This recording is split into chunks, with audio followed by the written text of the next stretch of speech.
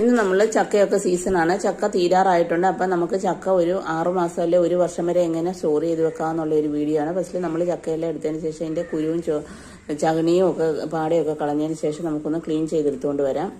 അപ്പോൾ ചക്കയെല്ലാം ഇവിടെ ഞാനൊന്ന് അരിഞ്ഞെടുത്തുകൊണ്ട് വന്നിട്ടുണ്ട്. അതിന് ശേഷം നമ്മളൊരു ഇഡലി പാത്രം വെച്ചിട്ട് അതിലൊരു സ്റ്റീമറോ അല്ലെങ്കിൽ ഇഡലി പാത്രത്തിൻ്റെ തട്ടോ വെച്ചതിന് ശേഷം ഒരു 2 മിനിറ്റ് നമുക്കൊന്ന് ആവി കൊള്ളിക്കാം. അപ്പോൾ വെള്ളം തിളച്ചതിന് ശേഷം ഞാനൊന്ന് അടച്ചു വെച്ചിട്ടുണ്ട്. 2 മിനിറ്റിന് ശേഷം നമുക്ക് ഇതെടുത്തതിന് ശേഷം നല്ല പോലെ ഒന്ന് ഫാനിൻ്റെ അടിയിലോ വെയിലത്തോ വെച്ചൊന്ന് ഉണക്കി ആ ജലാംശം ഒന്ന് കളഞ്ഞെടുക്കാം.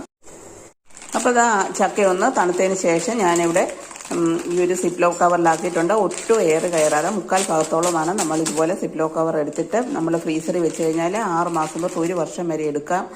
ഇരുന്നോളും, നമുക്ക് യൂസ് ചെയ്യാവുന്നതാണ് ചക്ക സീസൺ കഴിഞ്ഞാലും. അതുപോലൊക്കെ തന്നെ നിങ്ങൾക്കൊരു 3 മാസം വെക്കണമെന്നുണ്ടെങ്കിൽ ഒരു ആവി കയറ്റാതെ ഇതുപോലൊരു സിപ്ലോ കവറിനകത്ത് ആവി കയറ്റാതെ ഇതുപോലെ ചക്ക വെച്ചാൽ നിങ്ങൾക്കൊരു 3 മാസം ഉപയോഗിക്കാവുന്നതാണ്. അപ്പോൾ നിങ്ങളെല്ലാവരും ഈ ഒരു ചക്ക സീസണിൽ ഇതുപോലെ ഒന്ന് തയ്യാറാക്കി നോക്കുക.